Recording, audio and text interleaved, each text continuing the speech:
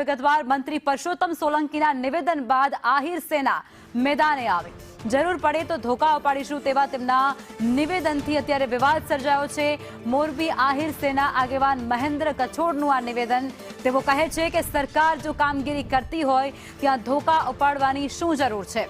ભાજપના મંત્રી આ પ્રકારનું નિવેદન આપે તે કેટલું યોગ્ય। આ નિવેદનથી બે સમાજ વચ્ચે વિવાદ પણ થઈ શકે છે। સમાજ કોઈ પણ ભોગે સામસામે ન આવવા જોઈએ। મંત્રી સ્પષ્ટતા કરે ધોકા કોના માટે ઉપાડવાના છે। મંત્રી શ્રી પરસોત્તમભાઈ દ્વારા એવો શબ્દ વાપરવામાં આવ્યો છે કે જરૂર પડીએ ધોકા પણ ઉપાડશું। તો આપણે કયા દેશમાં જીવીએ છીએ જ્યાં લોકશાહી શાસન વ્યવસ્થા તંત્ર છે, જ્યાં બંધારણીય જોગવાઈઓ છે। આવું બંધારણ હોય, આવી કાયદાકીય વ્યવસ્થા હોય, આવું વહીવટી તંત્ર હોય અને આવી સરકાર હોય, ત્યાં સરકાર ઉપર, વહીવટી તંત્ર ઉપર, કાયદાકીય વ્યવસ્થાઓ ઉપર અને બંધારણ ઉપર વિશ્વાસ હોવો જોઈએ।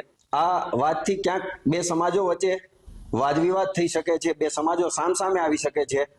એના ફેવરમાં અમે નથી। અમે સ્પષ્ટ કહીએ છીએ કે સમાજ કોઈ પણ ભોગે સામસામે ના આવવા જોઈએ, એનાથી તમામને નુકસાન છે। તો મોટો વિવાદ અત્યારે સામે આવી રહ્યો છે, જેમાં મંત્રી પરસોત્તમ સોલંકીના નિવેદનને લઈ અને અત્યારે વિવાદ સર્જાયો છે। જરૂર પડે તો ધોકા ઉપાડીશું તેવું નિવેદન તેમના દ્વારા આપવામાં આવ્યું છે અને ત્યારબાદ હવે રાજકારણ પણ ક્યાંક ગરમાઈ રહ્યું છે અને આ મુદ્દે નિવેદન સામે આવી રહ્યું છે। સરકાર કામગીરી કરતી હોય તો પછી ધોકા ઉપાડવાની શું જરૂર પડી જાય છે। આ પ્રકારના સવાલો પણ કરવામાં આવ્યા છે અને આ બધા મુદ્દાઓ પર સમાજ સામસામે આવે તે પ્રકારનું નિવેદન પણ સામે આવી રહ્યું છે કે કોઈ પણ કારણોસર, કોઈ પણ સંજોગોવશ, કોઈ પણ સ્થિતિ પર સમાજ સામસામે ન આવવું જોઈએ તેમનું કહેવું છે। પરસોત્તમ સોલંકીનું આ નિવેદન જે અત્યારે ખૂબ જ ચર્ચાનો વિષય થયો છે।